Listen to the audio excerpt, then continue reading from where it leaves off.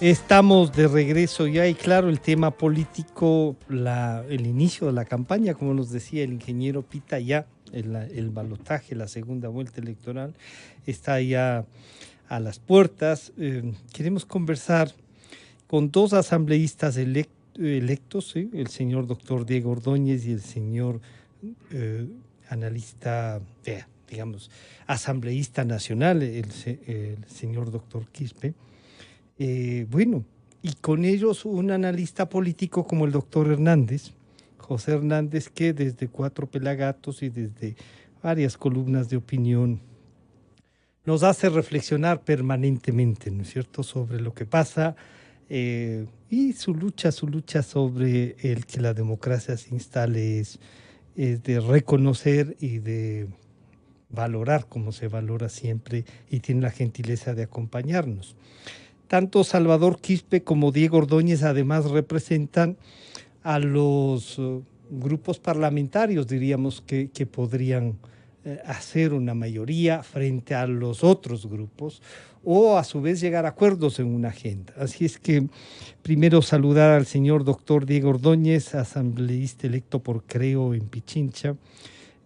La resolución del contencioso electoral abre un espacio para que entonces ya digamos, se concrete la campaña, pero eso significa que habrá que cerrar heridas con el que quedó tercero y con el resto de candidatos. ¿Cuál puede ser la propuesta? Ya está el doctor Quispe también, a quien saludamos. Diego, ¿cuál puede ser entonces una propuesta de diálogo desde la Asamblea con todas las fuerzas políticas que están? Ninguna tiene una fuerza arrolladora, ¿no es cierto? Bienvenido, Diego, buenos días. Hola Francisco, José, Salvador y a todos quienes nos escuchan. Antes de la primera vuelta, Guillermo Lasso había dicho que si Yacu Pérez pasaba a la segunda vuelta, él contaría con su apoyo en lo que pueda significar ese apoyo para la eventualidad de que eso habría sucedido.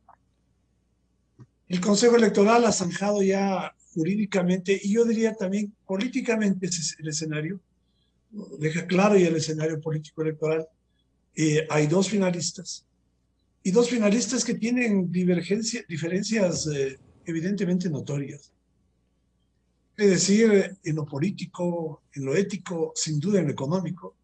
Pero si ponemos acento en lo político y en lo ético, no hay duda de que la opción de Lazo es de lejos, superior en términos de garantizar los derechos, de garantizar la democracia, de garantizar el ejercicio de las libertades, de que exista garantía de honradez en el manejo de la administración.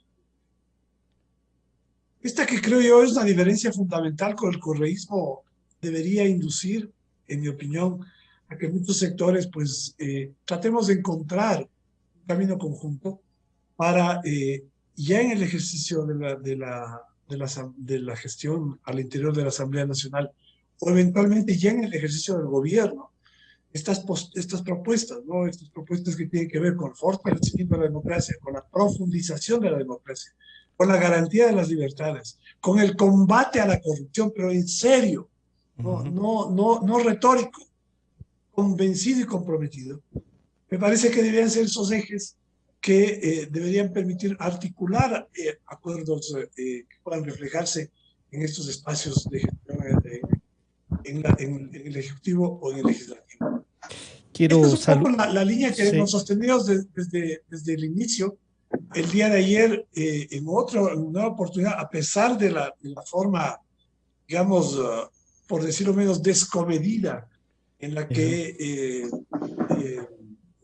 el candidato Pérez se había expresado de Guillermo Lasso, de todo eso, ¿no? El día de ayer, en una entrevista, volvió a plantear la posibilidad de tener un diálogo democrático que supere las diferencias personales, pero que permita precisamente garantizar que en el Ecuador exista un gobierno a partir del 24 de mayo que no sea la reproducción, ¿no?, de ese periodo nefasto que vivió el Ecuador del correísmo.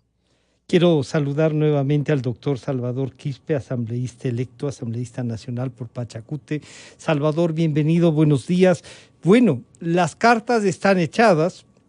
Pachacute ha resuelto seguir en la lucha, pero respetando un poco, digamos, las decisiones institucionales.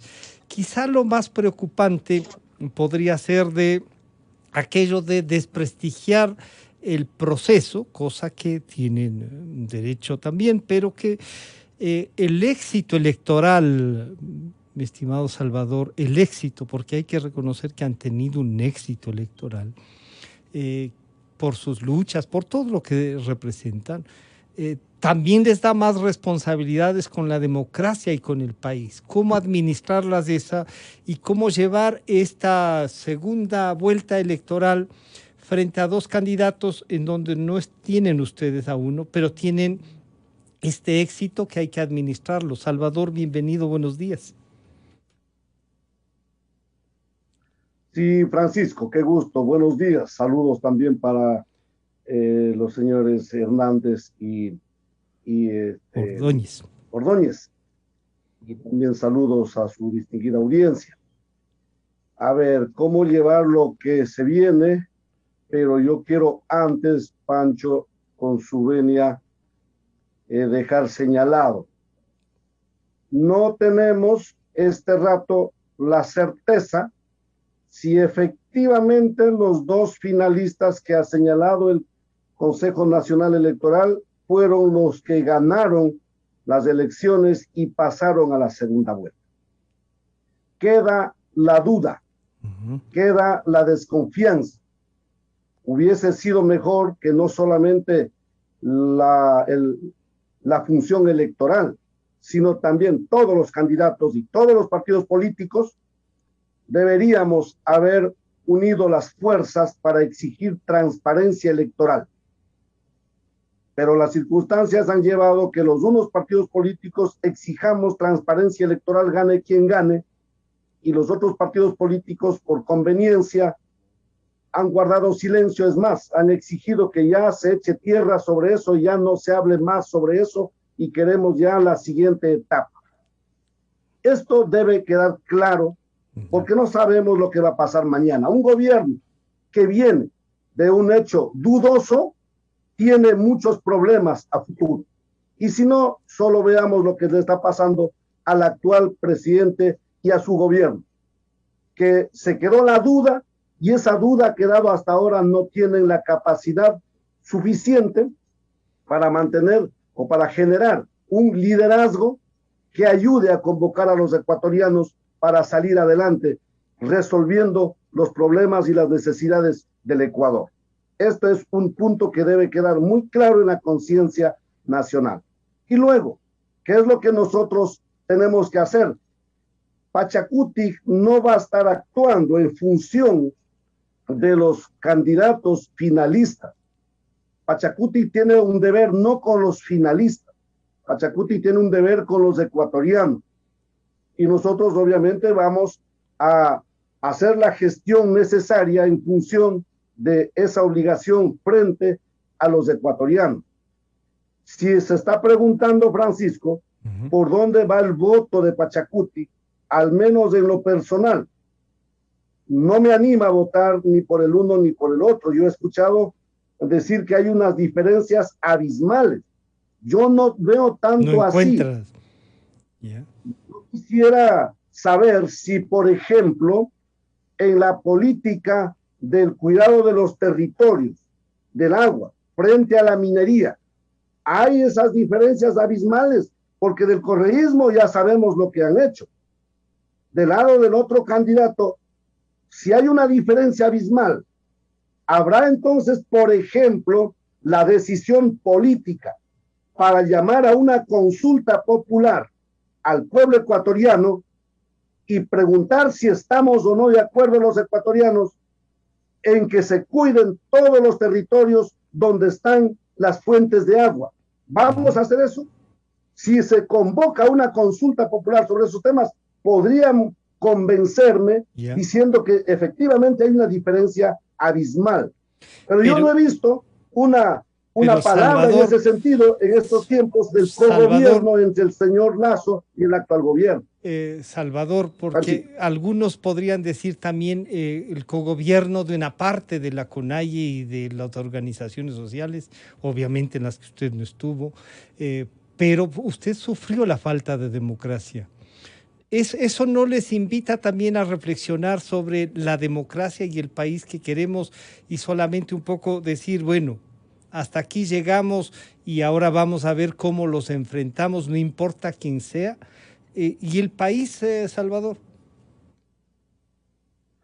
Precisamente por eso, Francisco, hemos estado batallando en estos últimos tiempos, exigiendo transparencia electoral. El pueblo sabe a quién le va a poner de presidente y queríamos que eso se respete. Pero cuando de repente levantamos la voz, preocupados por ese tema, que no es nada fácil, ¿sí? De repente empezamos a escuchar voces de varios sectores, incluidos de los medios de comunicación. Ah, ahí vienen los mal educados, ahí vienen los de la violencia. ¿Qué va a pasar la violencia? Entonces de repente nosotros también decimos, oye, pero si están calificando de esa manera nuestra lucha, vamos a tener que parar un poquito. Yeah. ¿Quién pierde? No me vengan ahora a decir que es que hay que cuidar el país, la democracia, porque va a venir el cuco y entonces tenemos que salir todos. Eso precisamente hemos estado diciendo en su momento. Y vayamos a revisar los artículos que se ha escrito en uno y otro lado, descalificando esa lucha. Ahí estamos. Y entonces ahí quiero saludar al doctor José Hernández. José, bienvenido, buenos días. Estas dos voces de Diego Ordóñez y de Salvador Quispe nos llevan a pensar cómo está el otro país que no tiene estas dificultades de acuerdos. El que está consolidado, digamos, tiene una, no sé si una posibilidad de acuerdos, tiene una línea de comportamiento. Pero bueno, aquí hay dos visiones. ¿Cómo llevar esta segunda vuelta? Si bien Salvador no nos dice ni el voto nulo ni nada, quieren ver con justicia, dice, bueno, algunos hechos de violencia. Quizá lo de octubre fue lo más duro, porque las otras luchas, al propio Salvador le consta que se han estado ahí, pero lo de octubre fue un impacto, diríamos así. ¿Cómo leer este momento, José? Bienvenido, buenos días. Buenos días, Francisco, también a Diego, Salvador, muy buenos días, también a toda la audiencia de Radio Democracia. Muchas gracias por la invitación, Francisco. Primero, yo quisiera poner en evidencia, me parece, los gestos de madurez política que oímos ayer de parte de Pachakutik, y yo creo que eso hay que saludarlo. En la intervención de Marlon Santi se vio que Marlon ya dijo que para Pachakutik esto eran ganadores. Y me parece que sí, me parece que eso es una lectura correcta. Pachakutik pasa de cifras muy pequeñitas e incluso en alianza política, recuerdo la que hicieron con Paco Moncayo de un 6%, a solos tener un 19%, es inmenso. Me parece que es un triunfo de Pachakutik y me parece que eso convenía aquilatar por parte de Pachakutik. Me parece que lo empiezan a hacer y yo creo que es un gesto político que hay que saludar. Me parece que un segundo punto es la visión de hacerlo sin violencia, de protestar como es legítimo y como es su derecho, pero hacerlo sin violencia. Me parece que es un segundo gesto que en este momento es importante para la democracia, importante para Pachakutik, importante para toda la sociedad, porque Pachakutik no puede dilapidar ese capital político. Un tercer punto, Francisco, es que Pachakutik es consciente de tener 27 asambleístas en la próxima asamblea. Eso es realmente importante y de pronto le da a Salvador mismo la posibilidad de aspirar a la presidencia de esa asamblea. Me parece que eso es importante. Es decir, la lectura política de Pachakutik en este momento me parece sopesada, sobria, y yo creo que si la mantienen, me parece que ese es el camino de una madurez política que creo que hay que saludar, creo que hay que acompañar y que creo que es la conveniente para ellos, porque eso implica asentar un camino y para el país de no tener en un momento tan complicado más zozobras en la calle y más violencia, que a nadie esto le conviene. Entonces me parece que eso es un primer punto.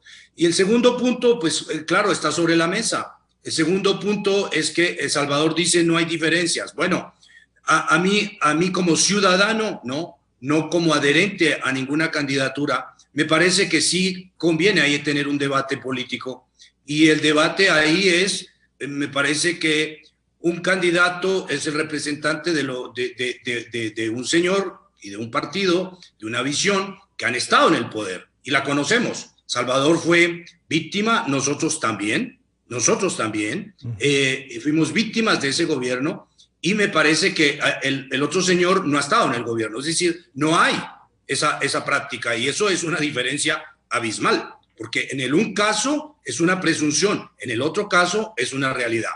Y me parece que a partir de ahí, evidentemente que lo que Salvador plantea es totalmente, me parece a mí, bienvenido, desde su agenda, lo que es minería, lo que es el tema de la ecología, lo que es el tratamiento de política pública hacia los pueblos indígenas y hacia los más pobres del país, me parece que es totalmente lícito que Salvador plantee esas preguntas y es totalmente necesario que los candidatos respondan. Y yo creo que ahí me parece que Salvador está planteando el debate de fondo. ¿Dónde están las diferencias que hacen monumentales o no en este momento la base posible de una decisión política que me parece que Pachakutik en ese punto no puede lavarse las manos, no puede, lo dijimos con el señor Hervás, tenemos que decirlo con Pachakutik, tenemos que decirlo con los demás actores políticos. Es un momento clave para el país, de enormes crisis, y me parece que irse de vacaciones, irse a trabajar o hacerse de la vista gorda no es una actitud política responsable, y creo que la política responsable en este caso es la que Salvador está pidiendo, es decir, veamos, discutamos de las diferencias y desde ese punto de vista o basados en ello tomaremos la decisión. Parece que es un punto interesante de debate en este momento, Francisco. Gracias, José. Bueno, Diego, entonces, además de enfrentar la segunda vuelta electoral, de buscar estos 5 millones de votos, como se dice, que están ahí en disputa, que no votaron ni por uno ni por otro, ya las fuerzas políticas tienen una agenda, la agenda que acaba de iniciar, digamos, no será solo eso. Salvador Quispe nos lleva a pensar entonces que este es un momento de acuerdos nacionales, y esos acuerdos nacionales pasan también por organizar la asamblea. Y como dice José Hernández, esto es un tema ya sustancial, el país que queremos. ¿Cuáles pueden ser, en cambio, no sé si de llamarlo los ofrecimientos, cuáles pueden ser los acuerdos que propone, creo, y Guillermo Lasso, Diego, desde la Asamblea y desde este acuerdo para trabajar con un posible ejecutivo a favor o desde la oposición? Porque hay que analizar las dos cosas, Diego.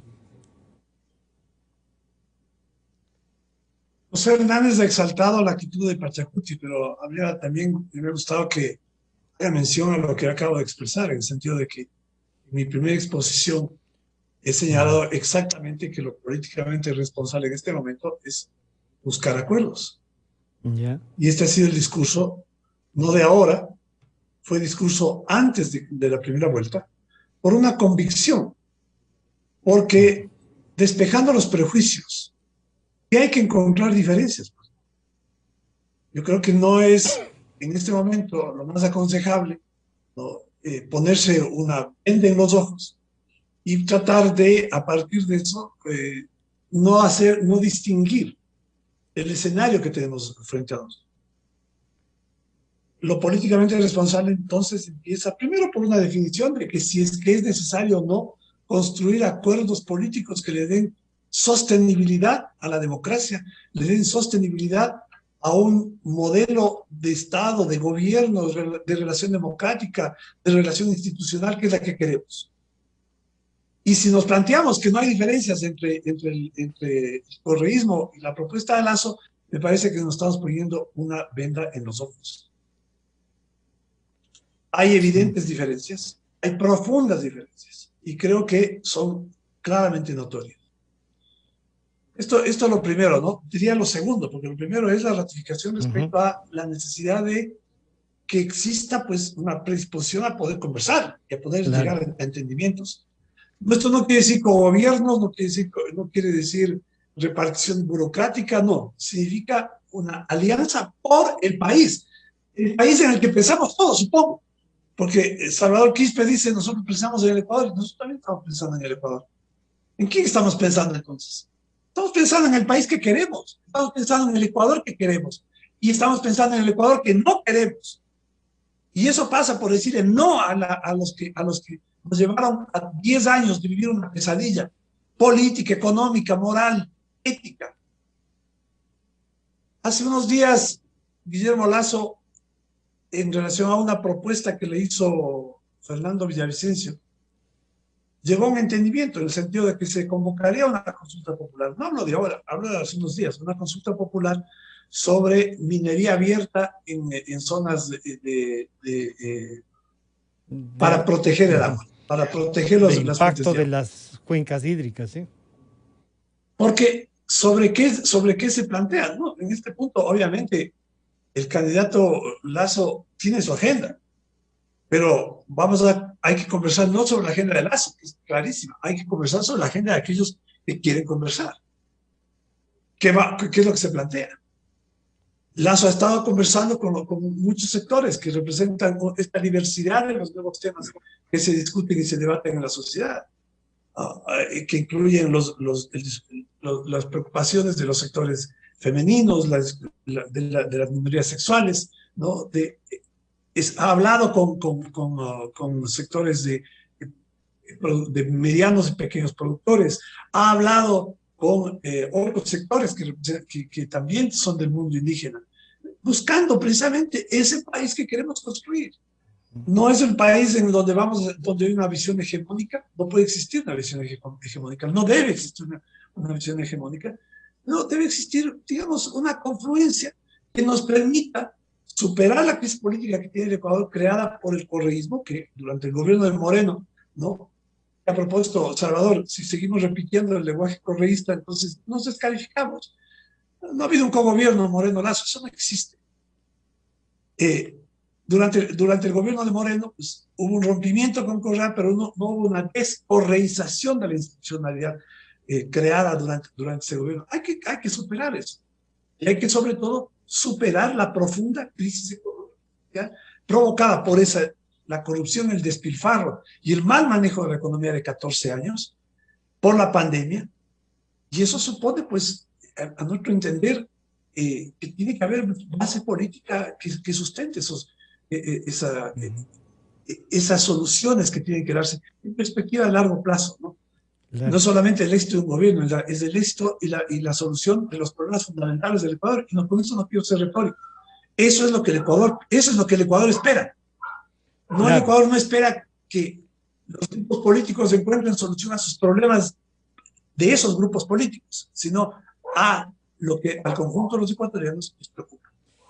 Salvador, entonces, claro, esto del país diverso, de la posibilidad de llegar a acuerdos incluso entre aquellos que podrían pensar que no es posible conversar, el integrar un diálogo nacional para esto, pasa también por lo que José Hernández ha dicho, esta madurez que deben tener los que han tenido éxito en el proceso electoral como ustedes. Pero claro, eso de ya viene el cuco, con seguridad a algunos les debe asustar.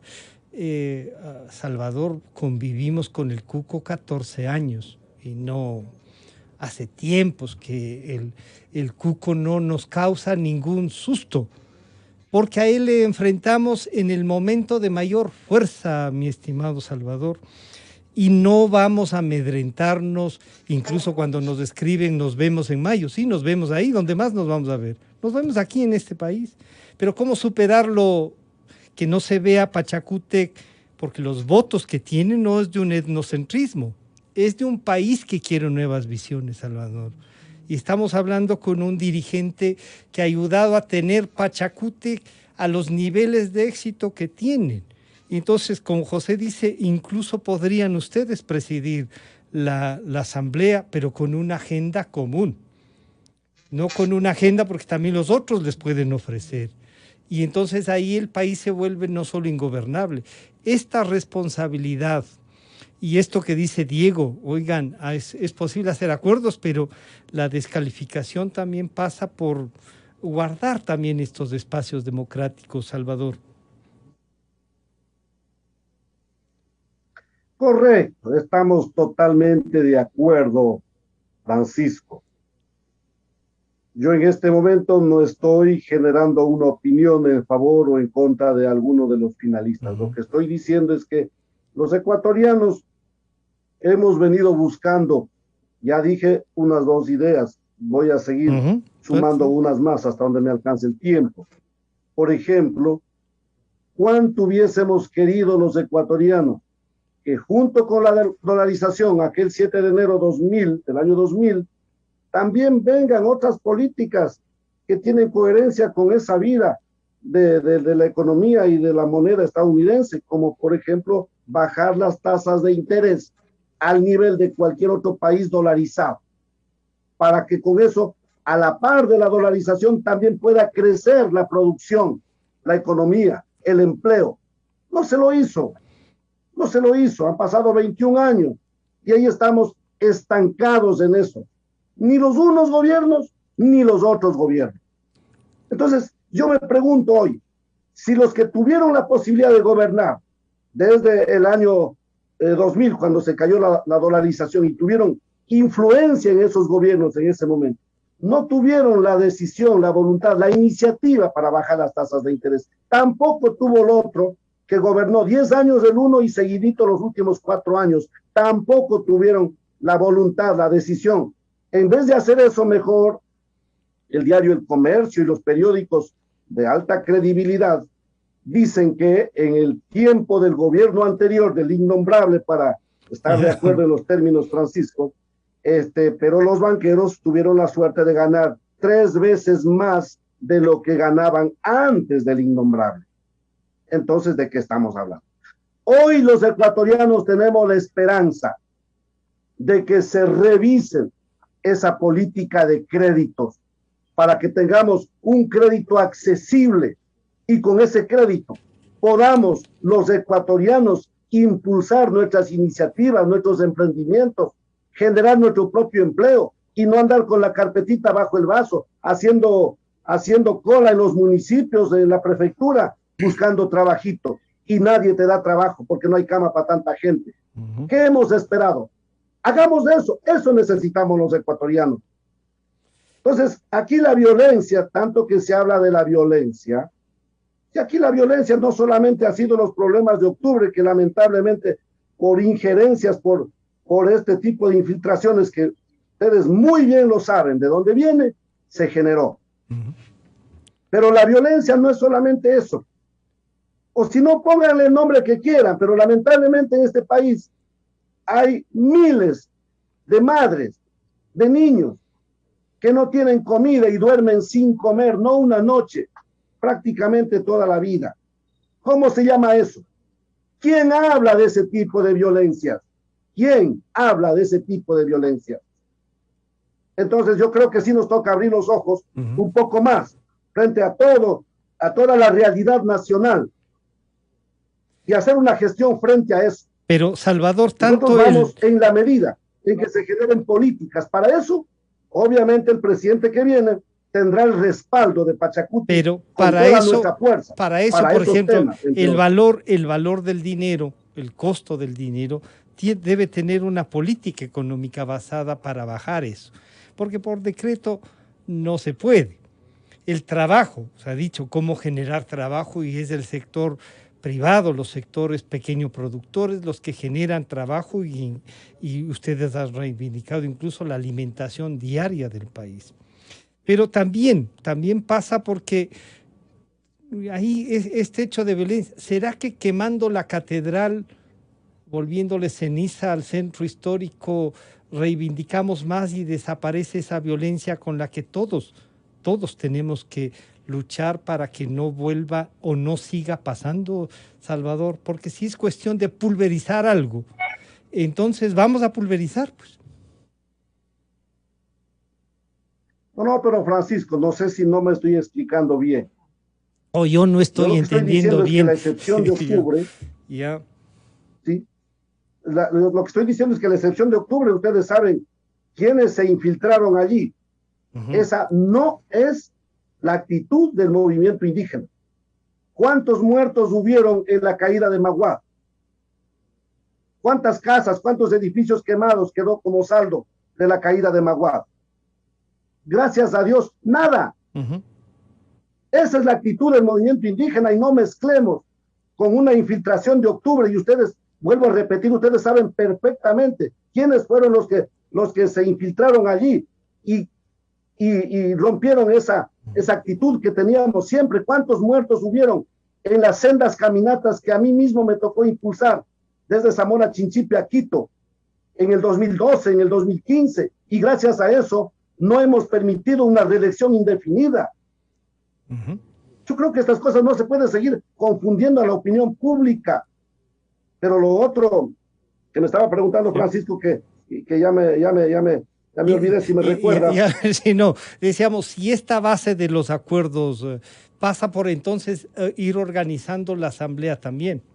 Porque si salimos de esta visión, pero si salimos de esta visión ya no solo de Pachacútec, sino con este esfuerzo que ustedes mismos han hecho porque Pachacútec sea una visión nacional, no étnica, no de un etnocentrismo, entonces pasa por estos acuerdos, y hay que entonces ser generosos para los acuerdos de uno y de otro lado, Salvador. Yo creo que más que generosos, hay que ser responsables. Yeah. Y nosotros vamos a actuar con esa responsabilidad. Pero hoy por hoy yo me abstengo a dar puntos de crédito ni al uno ni al otro, porque estoy viendo en su plan de gobierno, el uno nos habla de las privatizaciones abiertamente, ¿sí? Y nosotros no estamos de acuerdo, y eso el pueblo ecuatoriano lo sabe. Deberíamos llegar a un acuerdo. Este rato, por ejemplo, se habla, es un secreto a voces que están avanzando en la venta del Banco del Pacífico, están avanzando para vender la refinería de Esmeraldas, están avanzando para vender CNT. Juntémonos todos y pidámosle al actual gobierno, al saliente, que pare esas cosas. Sí, pero yo creo que eso ha sido más especulación que otra cosa. Ganas alguno no les habrá faltado. Lamentablemente en este país, Pancho, en este país de las especulaciones resultan muchas cosas. Totalmente de acuerdo, sí, totalmente de acuerdo. Entonces, yo lo que estoy diciendo, fíjese, por eso es que, si solo concluyo con esto, Panchito, ¿sí? Los unos me hablan abiertamente de privatización. El otro me dice, no, yo no voy por el camino de las privatizaciones. Para los otros es que eso es algo innombrable, las privatizaciones. Y yo le pregunto públicamente, ¿y en manos de quién está, pues, las 4 millones de hectáreas del territorio nacional? ¿Está en manos de los Chiliquinga? ¿Está en manos de los Pincay? No, señores, está en manos de las empresas multinacionales de origen australiano, canadiense, chino. ¿Cómo se llama eso? ¿No es acaso un proceso, una forma de privatización? ¿En manos de quién está las 188 millas de mar territorial que perdimos al adherirnos con la Convemar en el año 2012? Y de las 200 millas, solo nos quedamos con las 12 millas. ¿En manos de quién está? No es una forma de privatización. Que no me vengan a decir que son antiprivatizadores. Y entonces, claro, ahí, José, estos acuerdos que pueden ser posibles, así como conversamos aquí, tiene sus dificultades, porque también la visión de desarrollo del país, cómo resolver el tema de la pobreza, está presente. Y como ha dicho Diego, No, los dos están pensando en el país. No hay uno que esté pensando en cómo destruir algo, sino cómo construir una mejor sociedad. ¿Encuentras desde el análisis una posibilidad de este acuerdo nacional frente a qué otros espacios, José, y qué valoramos adicionalmente a lo que los dos representantes nos han dicho, José? Gracias, Francisco. A mí me parece que Salvador habla del tema de la responsabilidad y a la vez Salvador evoca a lo que, con todo respeto, creo que son un montón de prejuicios arrastrados desde el año 2000 o antes, o sea, a los cuales podemos hacer responsables a quien queramos. El problema, me parece, que con la responsabilidad debería venir otra cosa, que es el pragmatismo. Me parece que el movimiento indígena y Salvador mismo es un hombre pragmático. Eso no significa cínico, escéptico, no. Significa que y la política es el arte de lo posible. Salvador lo sabe, lo ha practicado, así que me parece que ahí no nos podemos dar muchas vueltas. Pero el arte también de los prejuicios también lastima y puede poner unas cortinas ahí de humo en un momento en el cual el país requiere acuerdos de fondo. Entonces me parece que extender la sábana no ayuda, porque en extender la sábana vamos a meter, y cada uno puede meter lo que quiera. Podemos también meter la violencia de octubre y decirle a Salvador que no fueron meramente los infiltrados. El señor Jaime Vargas, no sé si es un infiltrado, pero él fue el que pidió cerrar los pozos, él fue el que detuvo a los periodistas, él fue el que llamó a tumbar al presidente de la República y no creo que sea un infiltrado. Entonces, yendo por el lado de qué podemos meter en la sábana, podemos meter muchísimas cosas, de lado y lado. El problema aquí, Francisco, es que un acuerdo en este momento requiere muchísima sabiduría al lado de la responsabilidad y del pragmatismo. ¿Cómo está el país? ¿Cómo está? ¿Y qué podemos hacer por el país? Y me parece que en la agenda de qué podemos hacer por el país, sí podemos encontrar algunos puntos de acuerdo que son básicos. Salvador lo sabe, hemos militado muchísimos años por un acuerdo mínimo nacional, mínimo, que favorezca a todos los ecuatorianos, en especial a los más pobres, pero que a la vez le dé viabilidad al país. No se puede, por un lado, decir bajemos las tasas de interés y por el otro decir, bueno, yo no voto leyes para que venga la inversión. Que la inversión tiene que venir bajo ciertas características, por supuesto, que no pueden ser capitales golondrina, que no puede, por supuesto, pero tenemos que ser sensatos. La una cosa no va sin la otra, pues. Entonces, que hay una ley laboral para dar empleo. Esa ley tiene que ser con 40 horas, trabajando de lunes a viernes. Ese mundo se acabó. Entonces tenemos que ser sensatos, o sea, hay un grado de sensatez en esto que parece fundamental. Entonces, Francisco, respondiendo a tu pregunta, ¿qué se puede hacer? Evidentemente que hay que hacer unos acuerdos mínimos, y en esos acuerdos mínimos no está solamente la lucha contra la pobreza, está también la defensa de las libertades, está también que Salvador pueda, si quiere, volver a hacer una marcha sobre Quito, pacífica, y que no le golpeen como lo hicieron. Y eso no es un invento. Salvador lo vivió, nosotros lo vivimos. Eso significa que no se puede ahorita decir, es que un candidato es igual al otro, me voy a sentar a ver qué pasa. Reitero, en el un caso hay una práctica de 10 años de gobierno. En el otro caso hay prejuicios. A Lasso no le han dado la oportunidad de gobernar en el país. Bueno, entonces me parece que ahora tratándose del señor Lasso y del señor Arauz, porque no hay más, ahora sí ya no hay más. Me parece que ahora ya no podemos ir repartiendo prejuicios, sino sentándonos a ver. Y la lucidez dice que hay que hacer, uno, acuerdos acotados, es decir, pocos acuerdos, y en vez de recitar prejuicios, ir a hacer esos acuerdos, es decir, sentarse a debatir sobre esos acuerdos. Por ejemplo, Salvador dice, el señor Lasso estará de acuerdo, o los candidatos estarán de acuerdo con una reforma o una ley para proteger, una consulta para proteger las fuentes de agua, los páramos, los pajonales, etcétera. Creo que eso, reitero, es un tema lúcido. Me parece que Lasso ahí ha dicho que sí, incluso creo, y si no, que me corrija el propio Salvador, me parece que Lasso ha dicho que está de acuerdo con que haya consultas en las regiones, en las localidades, en los territorios, y que sean vinculantes. Entonces, eso ha ido más allá. Me parece que en este momento, en vez de seguir con los prejuicios, me parece que lo lúcido es, uno, definir un plan de país que sea acotado.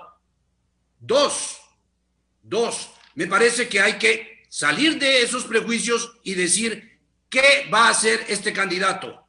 Y en función de que lo que se convenga y en función de lo que se establezca, obviamente decirle al país para que el país esté pendiente de esos acuerdos. Pero me parece que Salvador y para todos los que están diciendo, es que no veo las diferencias. Bueno, o sea, no las vemos las diferencias. Me parece que, uno, 10 años de gobierno hace una diferencia. Y dos, me parece que los programas, Salvador, cuando Salvador dice, yo leo el programa del uno y leo el programa del otro. Salvador, el papel, y tú lo sabes, aguanta todo. O sea, aguanta todo. El papel podemos poner cualquier cosa. Veamos las prácticas. ¿Qué pasó durante los 10 años? Que el señor, por ejemplo, que el señor Andrés Arauz hoy diga que el odio no está de moda, es decir, estuvo de moda para perseguir a Salvador, estuvo de moda para perseguir a los ecuatorianos. Ahora dice que no, ahora quiere amar al prójimo. Entonces, ¿le vamos a creer porque lo dice? ¿O vamos a referir a la práctica de 10 años de gobierno? ¿Qué hace cuando el señor Andrés Arauz diga que se arrepienten, que piden perdón y que él no va a volver a hacer esas prácticas y que si las hace podemos salir a las calles o él mismo va a renunciar? Ahí empezaremos a creerle. Pero mientras tanto que lo diga Salvador, un plan dice igual a otro. No creo que esa sea la buena posibilidad este rato de hacer política pública. Me parece que hay que referirse a lo que ocurrió durante 10 años. Y claro, si es que la historia nos lleva, tiene que ser completa, ¿no es cierto? Y ahí dice, claro, Salvador tiene, digamos, la fuerza de la lucha. Y yo creo que además en la campaña, y eso resaltábamos eso de Salvador, y por eso tienen el éxito que tienen, ¿no? Pero en cambio dice el señor Vargas, y luego la posición del señor Santi también, pero yo sí quisiera que escuchen lo que dice el señor Vargas y luego lo que dice Marlon Santi. Si en verdad están robando los de CNE, son ladrones, ¿sí? Entonces, Jaime Vargas convoca, compañero presidente de las nacionalidades, tómense los CNEs en todas las provincias del país. Eso dije yo. No, es que el candidato dice pacífico, con florcitos, con palomas blancas, que no sé qué. Eso no da efectividad, compañeros y compañeras. Eso no es carácter de lucha del movimiento indígena. Eso he dicho, compañeros, eso yo pedí. Si va a ese nivel, compañeros, vamos a cerrar. Tomémonos todos los CNEs a nivel nacional y digamos que haya reconteo para los asambleístas provinciales, nacional, lo que sea. Pidamos. O si no, quememos todas las urnas para que se cierren todas estas elecciones, compañeros. Pero no es que nos van a decir que somos los vandálicos, que somos los marreteguistas camuflados, de correístas, de todo nos van a decir otra vez. Y el que va a pagar, Jaime Vargas, él es que convocó otro juicio más. Ya, pues dije, ustedes también convoquen presidentes, cierren para que ustedes también tengan por lo menos un juicio, pues. No queda descartado las luchas sociales, las luchas en las calles, pero ya no en el formato electoral, sino en el formato de desacreditar a cualquier gobierno que entre, porque cualquier gobierno que entre entra viciado del fraude que existe en la primera vuelta. Bien, entonces esta es una visión y esta es la discusión interna en Pachacútec. ¿Por qué por qué nos planteamos esta discusión? Porque sin duda es la tercera fuerza política y también de sus decisiones y como ha dicho Salvador, de sus responsabilidades, depende también el futuro del país. Diego, si limitamos esto que José ha dicho, estos prejuicios, todos parece que deberíamos entonces pulir esos prejuicios. ¿Cómo caminamos? Y este sí es, hay un plan, ¿cómo caminamos en la campaña? Y ustedes, como creo, respaldando al señor Lasso, ¿qué nomás van a hacer? ¿Cómo visualizan esta segunda vuelta? Para pedirles también tanto a Salvador como a José esta visualización de lo que puede y debería pasar. Diego. Estaría insistiendo, porque parece que no me escucharon, que días antes, frente a una propuesta de Fernando Villavicencio, Lasso ya había aceptado la consulta popular sobre minería en cielo abierto para proteger fuentes de agua. Entonces me parece que habría que actualizar un poco la información para sobre eso, incorporar eso para el análisis, ¿no? Lo primero. Lo segundo, no puede haber una generalización, Francisco, en el sentido de que todos partimos de prejuicios. Porque si partiríamos de esos prejuicios, no estaríamos aquí conversando con Salvador Quispe o planteando la posibilidad de un entendimiento con el mundo indígena, si nos remitiríamos a las declaraciones que hace el señor Vargas.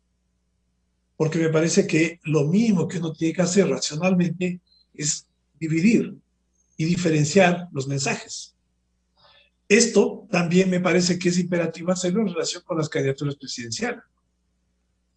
Si no podemos contaminar al mundo indígena y asimilar a toda la dirigencia a las barbaridades y a la convocatoria a la violencia que hace Vargas y en su momento Issa, obviamente me parece a mí que tratar de decir que no hay diferencias entre Arauz y Lasso es no avanzar más allá de los prejuicios.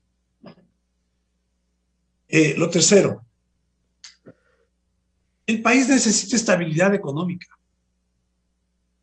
No puede haber reducción de tasas de interés si no existe este requisito fundamental en la economía. No, las tasas de interés manejadas por decreto, manejadas por resolución estatal, no van a reducirse.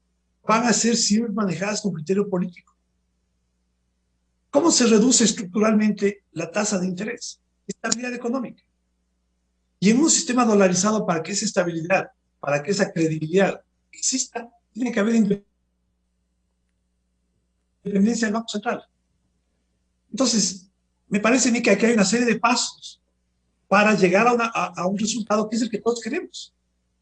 ¿Qué va a pasar si esta reforma que da autonomía al Banco Central se produce?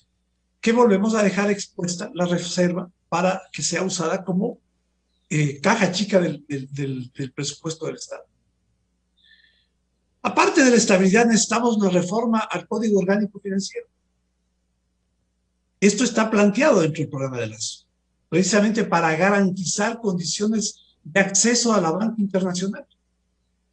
Que la banca internacional compite en el mercado nacional. La competencia va a ser la única que garantice reducción de tasas de interés, aparte de la estabilidad, competencia para reducir precio del dinero y precio de los servicios bancarios. Me parece a mí que si es que vamos claros en esa línea, el resultado será el que se logra. ¿Por qué durante 20 y pico de años no se redució la tasa de interés? Porque no hemos tenido, como dice José, la sensatez de comprender cuáles son las medidas o los caminos que en los que debemos avanzar para llegar al resultado esperado. Entonces, he dicho, sobre el tema minero está la respuesta. Sobre el tema de tasas de interés, ahí está la respuesta. ¿Cómo garantizar que en el Ecuador superemos la situación de extrema pobreza? Dos medidas. La primera, una de corto plazo. El Estado tiene que recurrir en ayuda directa de los sectores más vulnerables. Peor en las circunstancias fruto de la pandemia. Un incremento de la pobreza de 7-8%. Cerca de 2 millones de ecuatorianos que viven con $1.70 al día. Bueno, el Estado tiene que recurrir con medidas directas de protección a ellos. Pero esa no es la solución, porque el bono de la pobreza, creado en el año 99, sin el acompañamiento de medidas que resuelvan estructuralmente el problema del desempleo, no vamos a solucionar el problema de la pobreza. ¿Cómo solucionamos estructuralmente el problema del desempleo? Con inversión. Inversión privada, no pública. Inversión privada en el sector real de la economía. La inversión grande, pequeña, mediana. Pero para que la inversión grande, pequeña, mediana tenga estímulo, debemos tener mercados abiertos, tenemos que tener mercados. Entonces, fíjense ustedes cómo la solución estructural de todos estos problemas pasa por avanzar un poco más, a avanzar o movernos, no sé si la palabra avanzar porque a veces puede sonar un prejuicio, movernos hacia otras formas de entender por dónde están las soluciones. Yeah. Y en lo institucional, sin duda, me parece a mí, ¿no?, que hay que encontrar pues, un entendimiento en aquellas fuerzas que creemos de la democracia. Salvador dice ahora, bueno, obviamente tenemos que hacer protestas, sin duda, parte de las posibilidades que tenemos los ciudadanos de salir a las calles en una sociedad democrática. Y tenemos que tener la garantía de que no nos caigan a palos, ¿no? De que no nos persigan, de que no nos ponga la policía atrás, de que no nos enjuicien, de que no nos apaleen, de que no nos inicien juicios, de que no nos metan presos, de que no nos manden al exterior como nos tienen amenazados ahora. El correísmo amenaza que tengamos que las visas listas para salir del país cuando ellos regresen. Es el Ecuador que queremos. Hablo en lo político y en lo institucional. Entonces, parece a mí que en esto, usando un término coloquial, no hay pierde, ¿no? No hay pierde.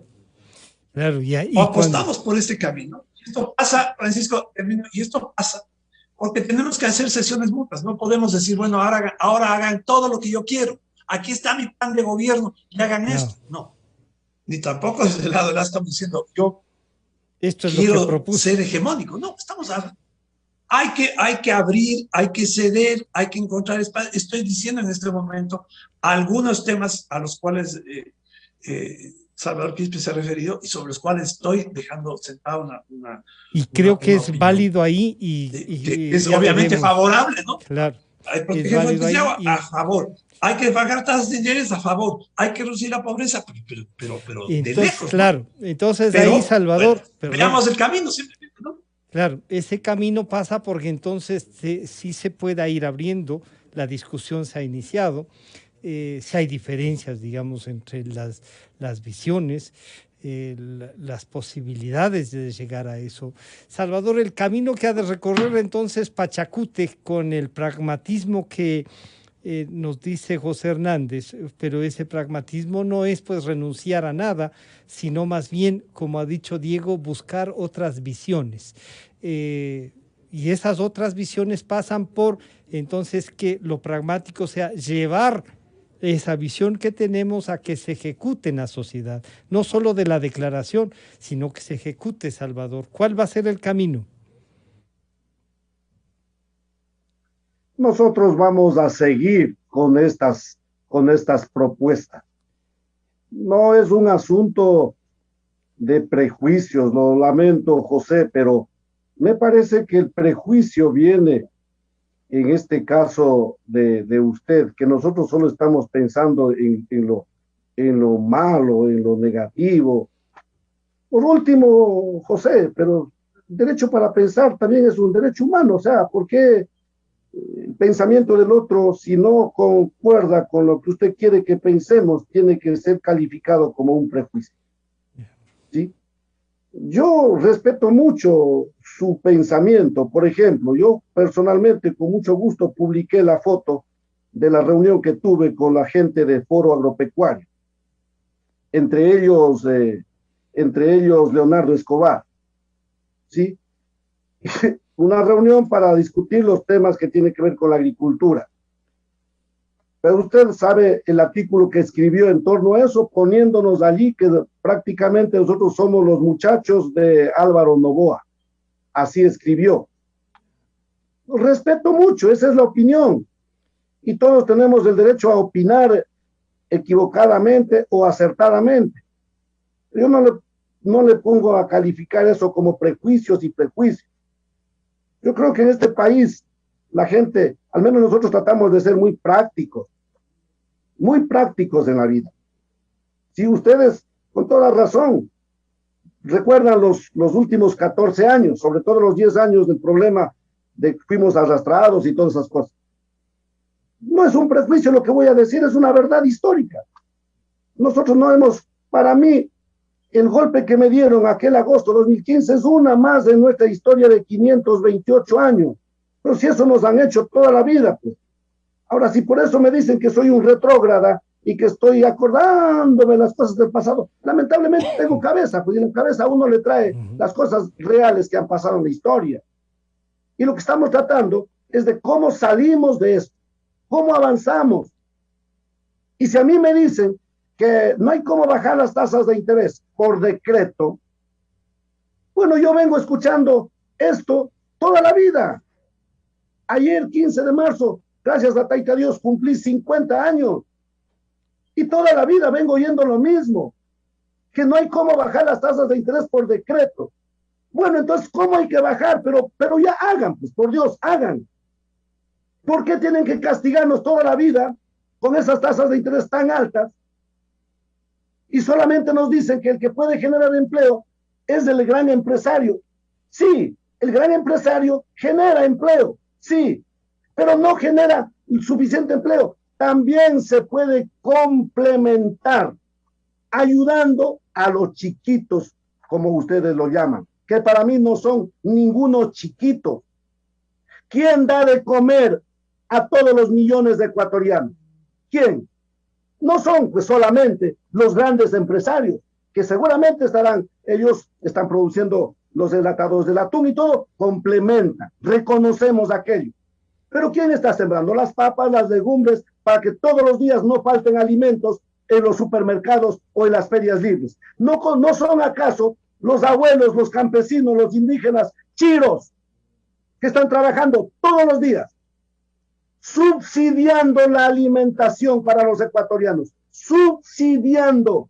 Los más chiros de este país subsidian la alimentación para los ecuatorianos. ¿Quién habla de esos subsidios? ¿O acaso eso también me dirán que es un prejuicio? ¿Cuánto pagan por un saco de papas en la Tacunga, en algún lado? ¿Cuánto pagan por una racima de plátano? Yo soy un productor en mi pequeña huerta y sé en carne propia, a mí no me lo han contado, lo he vivido. Si quieres, toma $2, $3. Esa es la verdad. Aún así seguimos trabajando, aunque mal pague. Aún así seguimos sembrando, como dice la canción, aunque mal pague. ¿Cuánto quisiéramos que ya pues de la manera que sea, si no es bajar, si no es por decreto, si no es por ley, entonces hagan pues de la manera más correcta, más apropiada, pero paren de seguir castigando al que da de comer a este país? Nosotros vemos que no hay ninguna otra posibilidad y vamos y seguimos proponiendo, hagámoslo por ley. Y ahí se viene una siguiente propuesta. ¿Dónde está la plata? Esa es la siguiente pregunta. Sí, sí. Vamos, yo les invito, al que gane, les invito, paguemos para que nos den sacando un barril de petróleo, paguemos lo que se paga a una empresa pública. ¿Cómo dicen que las empresas públicas no sirven, que son malas, que no son competitivas?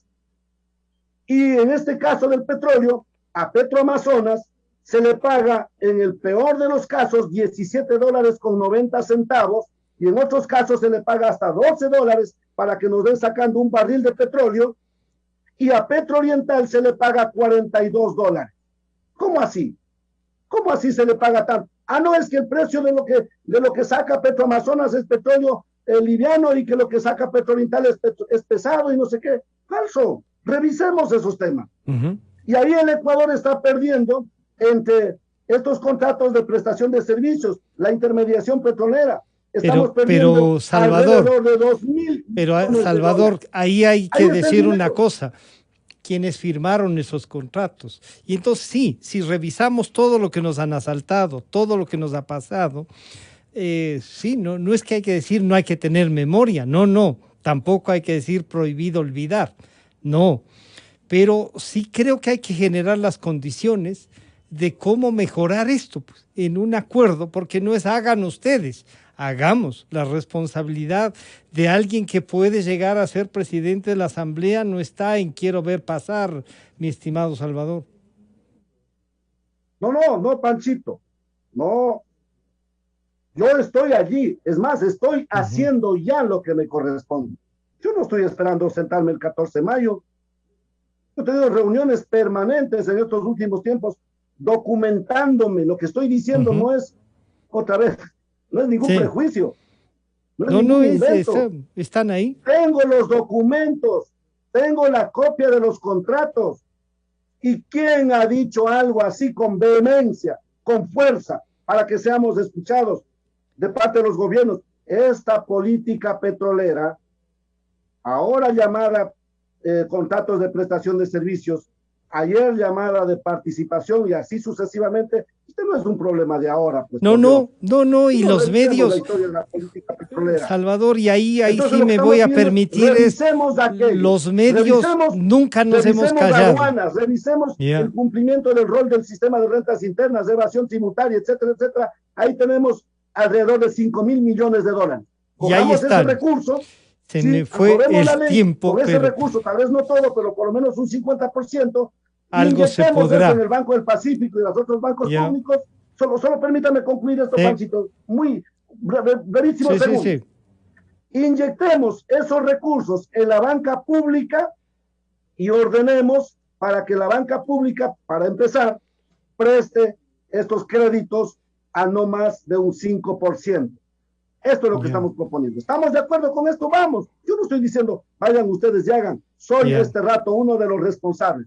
De lo que puede pasar. Y así es. Que estamos haciendo para resolver el problema económico productivo que tiene el país. José, esto que resulta un buen ejercicio, el ver el país, que no lo habíamos hecho, digamos, en los últimos años, y que lo poco que se había visualizado distinto, para no usar, como dice Diego, el avanzar, lo que visualizábamos diferente, lo que quisiéramos que sea la democracia, pasa por estos nudos. Estos nudos pueden ser desatados con voluntad.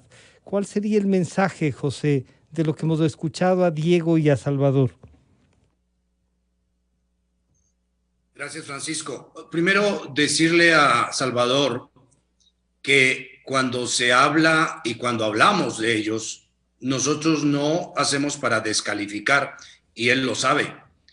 Nosotros hemos tenido un profundo respeto, no somos amigos de sobarle la espalda a nadie, y eso no significa una mala palabra, entre amigos se hace, pero no somos amigos de eso, sino de hablar de frente, y con gran respeto. Y Salvador sabe que nosotros tenemos por el movimiento indígena, por él y por los otros dirigentes, un absoluto respeto de considerarlos unos interlocutores como todos los actores políticos. Me parece que ahí no hay esta visión paternalista que muchos utilizan con el mundo indígena y que a la postre es absolutamente una visión de menospreciarles, no de apreciarles. Entonces, lo uno. Lo segundo, cuando hablamos de la foto, Salvador, no es que estábamos hablando de ustedes como muchachos de Álvaro Noboa, sino de Álvaro Noboa tratando de meterse en el movimiento indígena. Me parece que ahí hay una enorme diferencia. Y un tercer punto, me parece que el tema, como Salvador lo está planteando, hay muchos temas. Hay muchos temas porque el país tiene agendas atrasadas y el país... Recuerdo, Salvador, una frase de Luis Macas, cuando tuve el honor de hacer un foro de moderación para hacer la paz con el Perú. Y de un lado logré, gracias al diario El Comercio, del cual yo era editor general, sentar al lado mío, al lado derecho a Luis y al lado izquierdo a Jaime Nebot. Y recuerdo a Luis Macas haber dicho que es gracias a nuestra intervención que por fin podía por lo menos darle la mano a Jaime Nebot, porque nunca le había dado la mano y que era un país que vivía de espaldas. Y eso ocurrió con, digamos, por este tema del diario El Comercio animando foros por la paz con el Perú. Entonces, me parece que este país que vive de espaldas, retomo la frase de Luis Macas, es el país que nosotros no queremos. Y ese país de agendas atrasadas significa que hay muchísimos temas para debatir, pero si, vuelvo y reitero, si se extiende la sábana al punto que metemos temas, lo evidente es que cada uno va a terminar teniendo la razón, pero cada uno en su rincón. Y eso no es el país que queremos. El país que queremos es el país que sume, el país que se encuentre, que se hable francamente, Salvador. Y no quiere decir, cuando se dice que hay una visión prejuiciosa, no quiere decir que eso sea malo. Es decir, significa que tal vez o el uno o el otro no tiene todavía toda la información sobre un tema, o que no se han hablado suficientemente. Pero es un tema, una invitación al debate, no es un tema para rechazar ni menospreciar al interlocutor. Entonces me parece que aquí, Francisco, lo que tenemos es, en este momento, un país que por la condición específica es urgente que ese país no viva más de espaldas. Es urgente que ese país se centre a debatir temas específicos y hacer acuerdos en pocos temas. Y los otros hay que seguirlos debatiendo, pero si pensamos debatir todos los temas al mismo tiempo, no vamos a llegar a ningún puerto. Entonces, me parece que en este momento lo fundamental, Francisco, es debatir pocos temas, hacer la diferencia entre lo que ha sido una práctica política durante 10 años efectiva, de la cual fuimos víctimas todos los que estamos acá, y hacer la diferencia entre eso y la posibilidad de que haya otro país que no va a ser perfecto, pero en el cual por lo menos podamos arrancar de ciertos acuerdos para hacer que el país vuelva a una senda, Francisco, de credibilidad, de encuentro, de encontrarse los ecuatorianos, de debatir y de poder avanzar, Francisco. Si no le damos, y entre todas las élites y la clase política, al país la posibilidad de que vea que por responsabilidad nos sentamos a debatir y a llegar a acuerdos, me parece, Francisco, que lo único que vamos a tener es un país con mucha gente que en su rincón tiene toda la razón, pero es un país absolutamente disperso y en una disolución absoluta. Y eso, me parece, Francisco, no es responsable. Yo quiero agradecer a Diego Ordóñez, a Salvador Quispe y a José Hernández. Sí, Diego, perdón. Francisco, quisiera sí.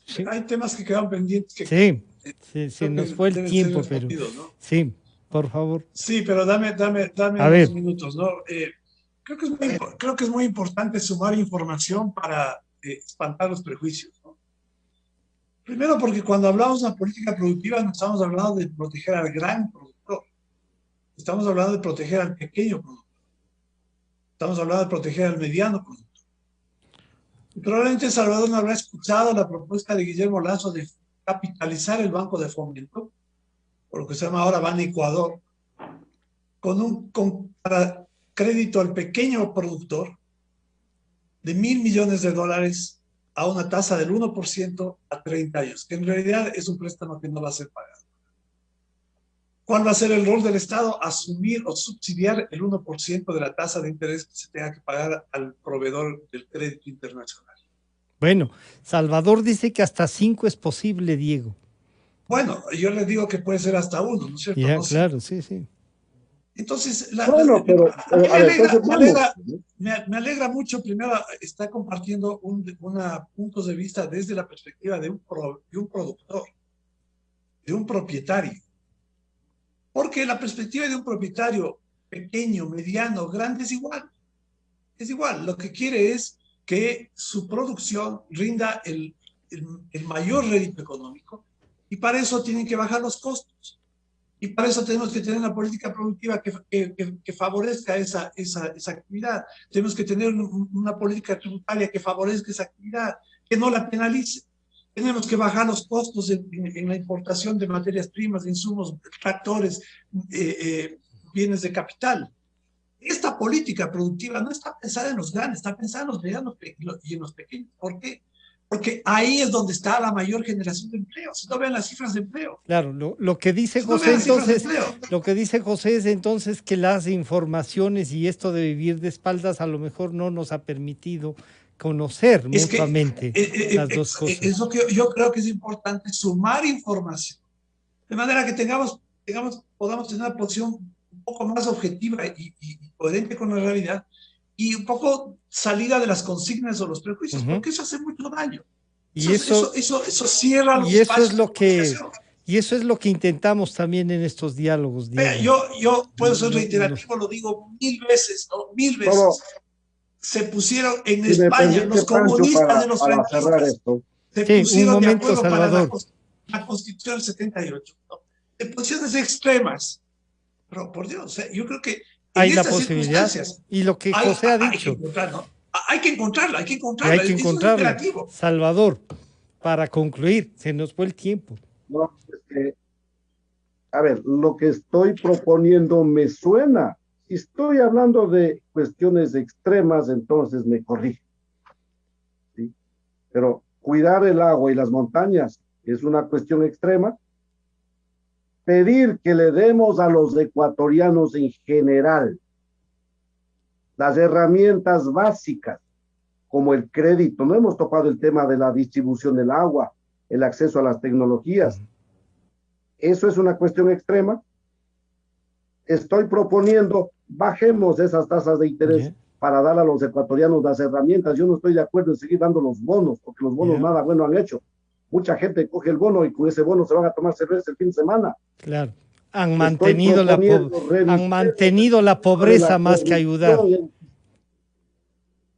Exacto. Revisemos el problema de la corrupción enquistada en el tema petrolero, en el tema de aduanas, etcétera, etcétera. Es una posición extrema, por Dios. Entonces, si no hay que hablar de esos temas, si no son esos los puntos del acuerdo al que tenemos que llegar los ecuatorianos, entonces, ¿en qué temas vamos a llegar a un acuerdo? No, esos son los acuerdos. Pero empecemos, Salvador, por un tema. Y lo último nada más, con esto cierro.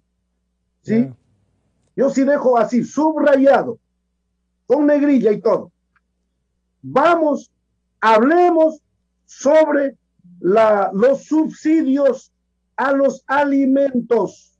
Yeah. De eso nadie habla y nadie quiere hablar. Aquí se habla tantísimo del subsidio a los combustibles. Ya lo dijeron que eso eran 1.300 millones de dólares. Cuantifiquemos, pongamos en número. ¿Cuánto es el subsidio que pagan los abuelos, chiros, enfermos, que siguen sembrando aunque mal paguen? Se me fue el tiempo y no le voy a dar tiempo a José. Tengo dos invitados adicionales por el tema de la vacuna. Mil disculpas, José, que no pueda darles. Gracias a Diego Ordóñez, gracias a Salvador Quispe y a José Hernández. Muchísimas gracias. Estamos en contacto porque esto sigue. Tenemos todavía tiempo en la campaña. Gracias, un gusto saludarles. Han estado con nosotros Diego Ordóñez, Salvador Quispe y José Hernández. Enseguida volvemos. La revista de Opinión Democracia agradece a las siguientes marcas. Inicio de espacio promocional.